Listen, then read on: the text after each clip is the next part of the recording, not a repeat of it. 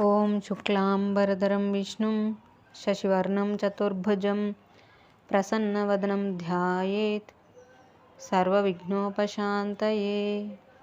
ఓం సరస్వతీ నమస్తుభ్యం వరదే కామరూపిణి విద్యారంభం కరిష్యామి సిద్ధిర్భవతు మే సదా.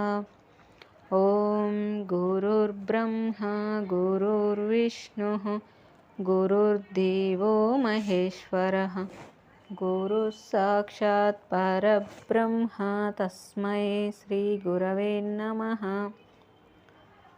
మనం యోగ వాసిష్టం అనే గ్రంథంలోని విషయాలను తెలుసుకుంటున్నాము. అందులో ప్రస్తుతం స్థితి ప్రకరణంలో ఈరోజు 5వ భాగంలోని అంశాలను తెలుసుకుంటాము.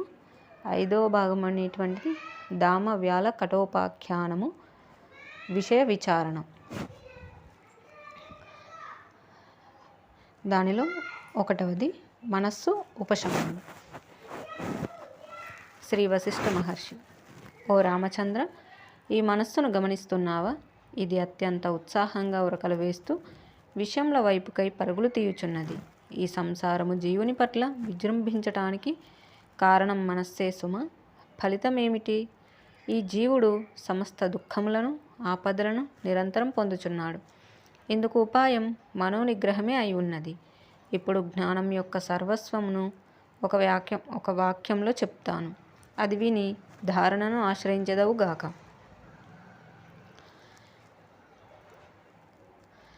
విషభోగంలందు ఇచ్ఛ ఏర్పడి ఉండుటయే బంధము. అట్టి ఇచ్ఛను పరిత్యజించుటయే మోక్షం. అనేక పాఠములచే పని ఏమున్నది? ఈ ఒక్క విషయం ఆచరించు చాలు. అది ఏమంటే,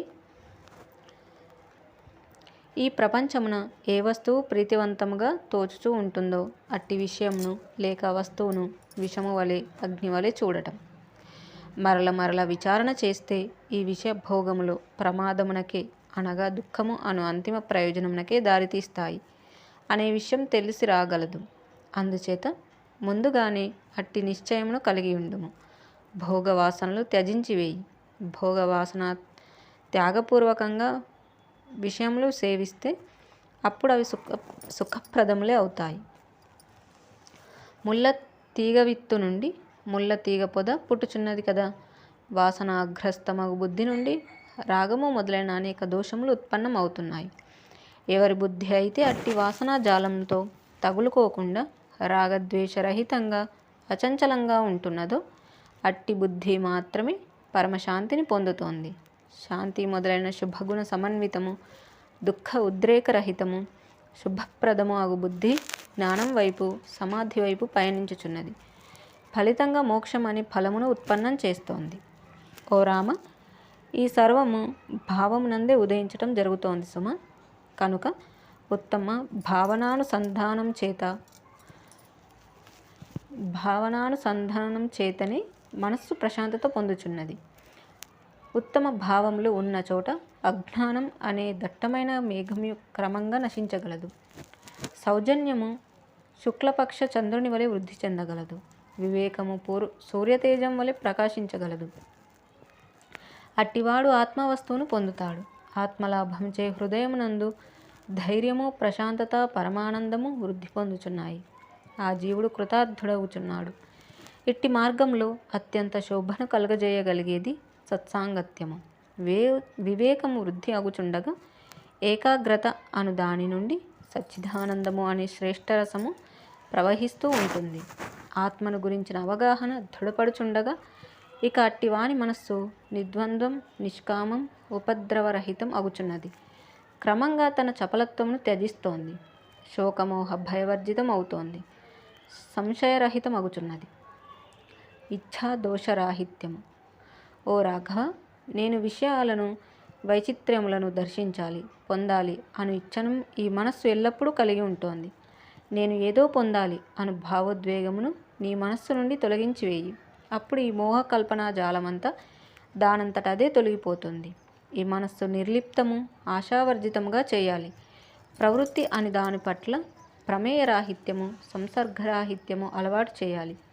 మానసిక చింతలను పూర్ణాత్మాహం భావనచే క్రమక్రమంగా జయించి వేయాలి. ఈ మనస్సు శోకరహితమై స్వచ్ఛమై విషయముల పట్ల ఆసక్తులను వదిలినదై ప్రకాశించునుగాక. ఎప్పుడైతే ఈ మనస్సు అనునది పలు విధములైన మనోరథములతో, తృష్ణతో, సంశయాలతో నిండి ఉండటం జరుగుతుందో, ఇక ఆ జీవుని నేను ఈ దేహమునకు సంబంధించిన వాడను అను రూపమున ఉండి స్థూలదేహ భావము అనే దయ్యం పట్టుకుంటుంది.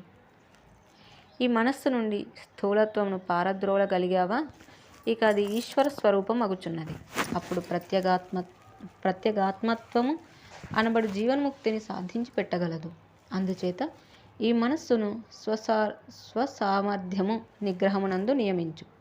అప్పుడు అది తనకు ఏ మార్గము దుఃఖభరితము, ఏ మార్గం అనుసరణీయము, ఏది స్వస్వరూపానందమును ప్రసాదించగలదో గ్రహిస్తుంది. క్రమంగా సాధ్య అసాధ్యములు, స్వపరములు మొదలగు వికల్పములను త్యజించుచున్నది. అంటే ఆ తర్వాత కల్పితమైనట్టి తన రూపాన్ని కూడా తృణప్రాయంగా త్యజించి వేస్తోంది. ఈ మనస్సు నశించేది ఎట్లా? అసలు మనోనాశనం అనగా ఏమి? మనస్సు విషయాతులందు ప్రవర్తించకుండా ఉన్నదా వినాశనం పొందుచున్నట్లే. మనోనాశనమే అనగా మనస్సు యొక్క దృశ్య విషయ రాహిత్యమే ఆత్మలాభం యొక్క ఉదయము సుమ. బ్రహ్మజ్ఞాని యొక్క మనస్సు క్రమంగా పూర్తిగా వినాశనం పొందుచున్నది, లేక దృశ్య విషయములనన్నింటినీ ఆత్మ చమత్కారంగా దర్శిస్తోంది. అజ్ఞాని యొక్క మనస్సు సర్వదా వృద్ధి చెందుతోంది. నాయన రామ, ఈ జగచ్చక్రమంతా మనో మాత్రమే అయి ఉన్నది. ఈ పర్వతములు, ఆకాశము, దేవతలు, శత్రువులు, మిత్రులు ఇదంతా మనస్సే అయి ఉన్నది. వికల్పములచే దృష్టి అవగాహన మలినం కాగా అప్పుడు ఆ చిద్వస్తువుకు సంబంధించిన స్వస్వరూపమునకు సంభవిస్తున్న స్వస్వరూపమునకు సంబంధించిన విస్మరణమే మనస్సు. ఈ జీవుని సంసారంలోకి నెట్టివేయుచున్నట్టి మనస్సే వాసన. వాసనావశం చేత మనస్సులోకి విషయములు ప్రవేశిస్తున్నాయి. అప్పుడు ఆ సమయంలో చిద్వస్తువు పరిచ్ఛిన్నం వలె తోచుచున్నది. వ్యవహార యోగ్యత, సంసర్గము, వికల్పములచే మాలిన్యం పొందుచున్నది. అట్టి దోషముతో కూడుకున్న భావన పొందుచున్న బ్రహ్మమే ఈ జీవుడు. ఈ జీవుడు విషయములందు పడి వాటిని చిరకాలం అభ్యసించుటచే అభిమానం పొందుచున్నాడు. అజ్ఞత్వం లేక స్వస్వరూప విస్మరణను పొందుచున్నాడు. వికల్పములచే మోహితుడై సారభూతమగు ఆత్మసుఖమును పోగొట్టుకొని నిస్సారభూతుడవుచున్నాడు. అప్పుడు అతని బాహ్య విషయను సంధాన రూపమైనట్టి వ్యతిరిక్త చింతనలే మనస్సు రూపమున కల్పన గావించబడుచున్నాయి. ఆత్మ యొక్క రూపం ఏమిటి? శుద్ధమగు ఆత్మ జీవరూపం కాదు, ఈ శరీర రూపం కూడా కాదు, రక్తమాంసాది రూపం కానే కాదు. ఈ శరీరాదులన్నీ పరిచ్ఛిన్నములై జడములై ఉన్నాయి కదా. ఆత్మ సర్వదా ఆకాశం వలె నిర్లిప్తమై అనిర్వచనీయమై ఉంటోంది. అరటి బోధెను ఛేదించిన అక్కడ దళములు గాక ఇంకేమి ఉంటాయి? ఈ దేహమును విచ్చిత్తి చేసినప్పుడు కూడా ఇందు రక్తము, మాంసము, బొమికలు తప్పితే వేరే ఏమీ లభించవు. అట్లాగే వాస్తవానికి ఈ భౌతిక దేహము జీవుడు కాదు, మనస్సే జీవుడు. మనస్సే ఆకారం పొందుతోంది, అదే వికల్పములనన్నింటినీ పొందుతోంది. అదే మరొకప్పుడు మరల తన యొక్క ఆత్మని తానే గ్రహిస్తోంది. ఆత్మార్పణ యజ్ఞకార్యం నిర్వర్తిస్తోంది. పట్టుపొరుగు తన జాలమును తానే నిర్మించుకుంటూ ఉంటుంది చూచావా. స్వవాసనావశం చేత ఈ జీవుడు తన వికల్పములచే స్వీయ బంధము కొరకై జాలమును నిర్మించుకుంటున్నాడు. భ్రమమయమగు ఈ మనస్సు ఒక దేహమును త్యజించిన తర్వాత మరల వేరైన దేశకాలములందు వేరైన దేహమును ధరించుచున్నది. మనస్సు ఏ ఏ వాసనలు కలిగి ఉంటుందో వాటిని అనుసరించే తదానురూపంగానే శరీరములు ఉత్పన్నములవుచున్నాయి. ఒకడు నిద్రిస్తున్నాడనుకో, అతడు తన చిత్తంలో ఏమేమి కలిగి ఉంటాడో దానిని అనుసరించే స్వప్నం పొందటం జరుగుతోంది కదా. ఏ విత్తు నాటితే అట్టి చెట్టే వస్తుంది. ముందు ముందు వచ్చే దేహములు కూడా అట్లే ప్రాప్తిస్తున్నాయి. ఈ వర్తమాన శరీరం కూడా అట్టిదే. ఉత్తమ వాసనలు గల చిత్తము ఉత్తరోత్తర మహత్తర రూపమునే పొందబోచున్నది. నీచ వాసనలు గల చిత్తము ముందు ముందు నీచ జన్మల యొక్క అనుభవమును పొందబోచున్నది. అందుచేత జీవుడు ఎప్పటికప్పుడు తన సంకల్పాలను, ఆసక్తులను పరిశుద్ధపరుచుకుంటూ ఉండాలి. తన మనస్సు యొక్క దోషములేమిటో గ్రహించుకుంటూ ఉండాలి. శరీరం యొక్క ఆరోగ్యం ఎంతగా అవసరమో అంతకన్నా ఎక్కువగా ముందుగా ఈ మనస్సుకు సరి అయిన చికిత్స చేసుకోవాలి. అయ్యో, సృష్టిలో ప్రవేశించి ఉన్న అనేక మంది జీవులు తమ మనస్సు కొరకై చికిత్సను ఆశ్రయించటలేదు. పైగా ప్రలోభాదులకు ఆశ్రయం ఇస్తున్నారు. అతి స్వల్ప విషయములైనట్టి శ్రీ, ధనం, ఇంద్రియానుభవాలు, పేరు ప్రతిష్టలు మొదలైన స్వల్పకాల పరిమిత వ్యవహారములకే ప్రాముఖ్యం ఇస్తున్నారు. ఆత్మజ్ఞాన విషయంలో అజాగరూకులై ఉంటున్నారు.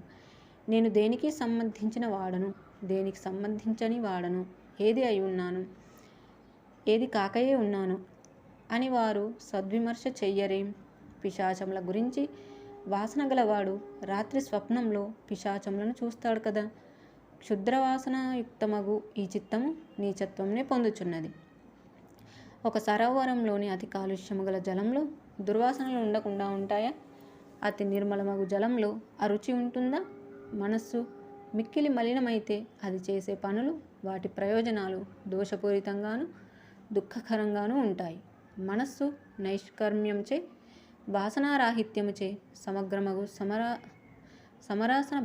సమరస భావనచే నిర్మలంగా ఉన్నదనుకో, అప్పుడు దాని కార్యములు, ప్రయోజనములు శుభకరంగానే ఉంటాయి. శ్రీరాముడు: తండ్రి, ఈ జీవుడు దోషమును గ్రహించి కూడా పూర్వ సంస్కార బలం చేత వాసన దుఃఖాదులు బలవత్తరంగా పొందడం జరుగుతోంది. మరటువంటప్పుడు అతని గతి ఏమిటి? మీరు చెప్పిన ఔన్నత్యం సుస్థిరీకరించుకోవటం ఎట్లా? శ్రీ వశిష్ఠ మహర్షి: చంద్రుడు క్షయిస్తున్నా నేను మరల పూర్ణుడను కాగలను అనే ఆశ త్యజించడు కదా. నిర్మల చిత్తుడైన వాడు దారిద్ర్యం మొదలైన వాటిచే పీడింపబడుచున్నప్పటికీ శాంతి, మనఃసమాధాన రూపకమగు ఉత్తమ గతిని విడిచిపెట్టాడు. బంధమెవరికి, ముక్తి ఎవరికి? యథార్థానికి ఇక్కడ బంధము గాని మోక్షము గాని లేవు. బంధ అబంధముల యొక్క భావం లేదు. ఇంద్రజాలంలో జరుగుతుంది చూచావా? అట్లాగే మాయే మిథ్యారూపమున ఉదయించి లయించుచున్నది. అంతయు బ్రహ్మము అనునదే పరమార్థ సత్యము. ఇక ఈ జగత్తంటావా, ఇది నిస్సారము, అసన్మయము అయి స్ఫురిస్తోంది.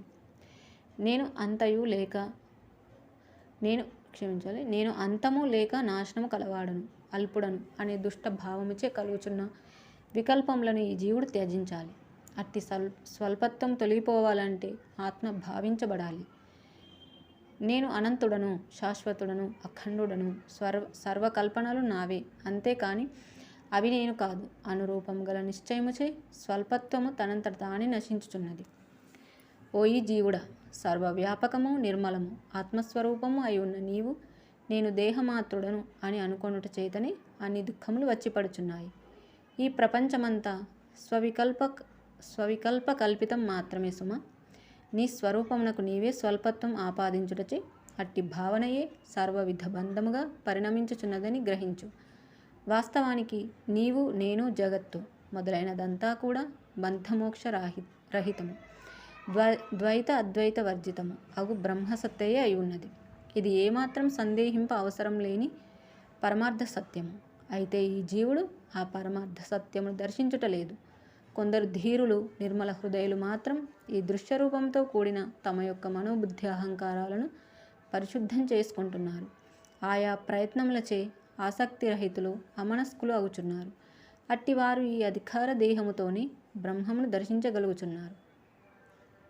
తెల్లటి గుడ్డ ఏ రంగునైనా సహజంగా చక్కగా స్వీకరించగలుగుతోంది కదా.